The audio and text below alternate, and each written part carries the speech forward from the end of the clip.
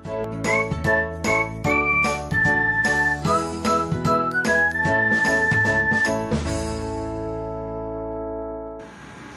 warahmatullahi wabarakatuh. Apa kabar semuanya? Pada video kali ini kita akan mempraktekkan bagaimana mensintesis senyawa asam alfa hidroksi. Asam alfa hidroksi yang akan disintesis yaitu asam 2-hidroksi 4-metil pentanoat, di mana senyawa ini disintesis melalui bahan dasar asam amino leusin. Untuk lebih jelasnya, langsung saja kita lihat video selanjutnya.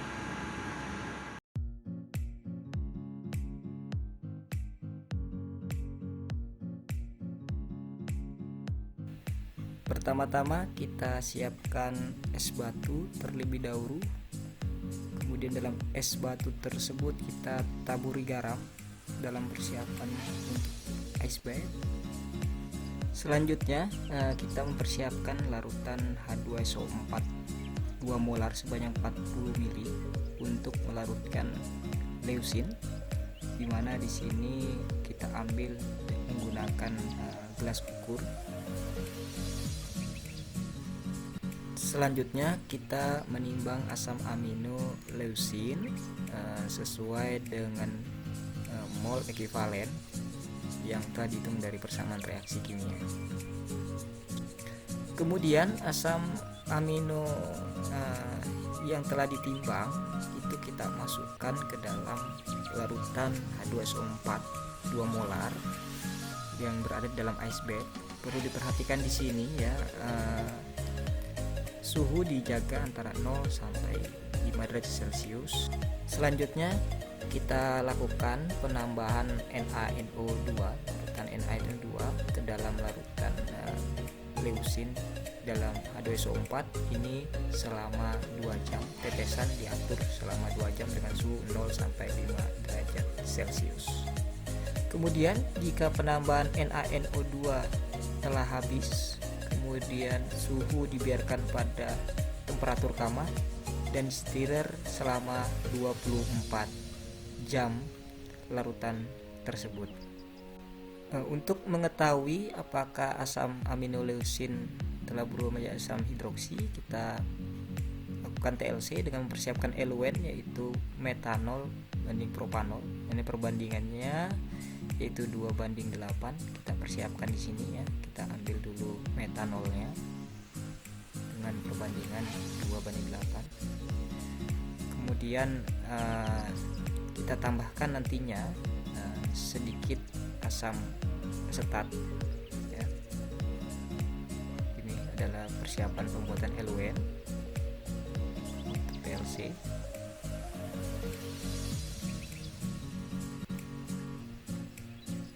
Ini adalah chambernya dan kita sudah lakukan TLC. Ini adalah hasilnya. Kita lihat di sini hasilnya. Dalam TLC ini kita menutolkan 2 senyawa yaitu produk yang kita hasil dari reaksi dan leusin sebagai standarnya yang kita semprot dengan ninhidrin. Nah, kita bisa lihat di situ leusin menampakkan warna ungu, artinya dia masih ada, sedangkan pada asam hidroksi produknya sudah tidak menampakkan ada leusin yang tersisa. Artinya leusin telah terkonversi sempurna menjadi asam hidroksi.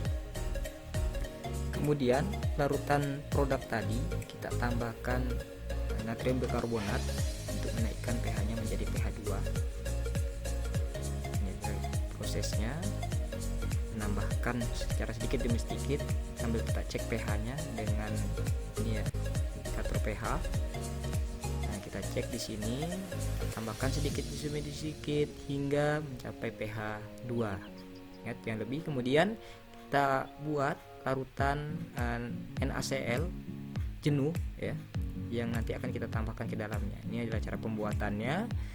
Kita buat dulu larutan ini sebanyak 30 ml ya, 30 ml. Nah, ini kita tambahkan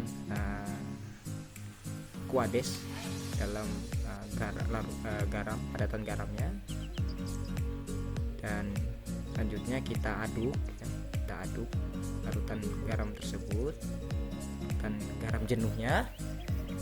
Yang selanjutnya nanti ini kita tambahkan ke dalam larutan yang sudah kita sudah kita naikkan pH-nya tadi. Nah, ini prosesnya, kita tambahkan garam jenuhnya ke dalam larutan tersebut. Nah, sampai habis 30 ml. Kemudian setelah habis, kita lakukan proses ekstraksi menggunakan corong pisah, di mana di sini larutan itu kita tambahkan dengan etil asetat. Proses ekstraksi ini kita lakukan sebanyak 3 kali ya. Kita lakukan sebanyak 3 kali dengan volume etil asetatnya 30 ml.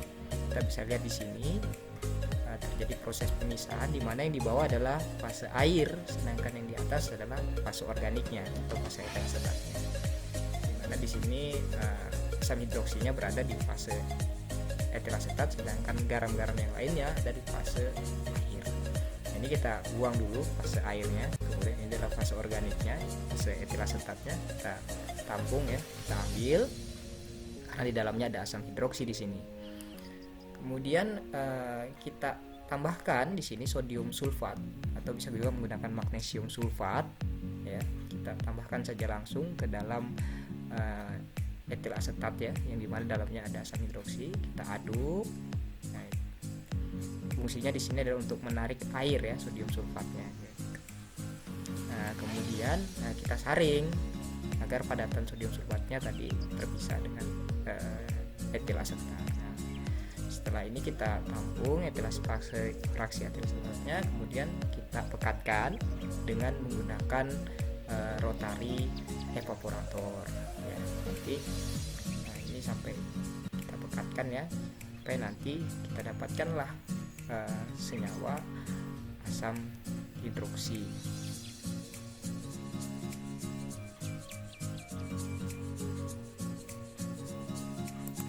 Ya, inilah produk dari alpha hidroksinya ya, kemudian yang berbentuk oily. Kemudian kita masukkan ke dalam freezer ya, kita dinginkan di sini dia dalam freezer hasil dari rotary. Kemudian selama beberapa waktu, kemudian setelah itu kita ambil, harapannya adalah dia beku.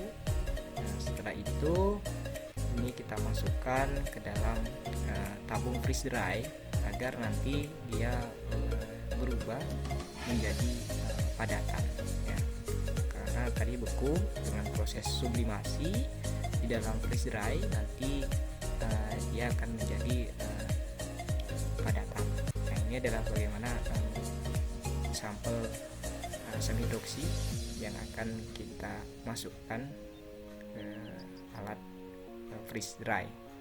Ini masukkan dalam tabung, kemudian kita tarik, kemudian kita buka vakumnya agar mulai tervakuminasi sampel tersebut.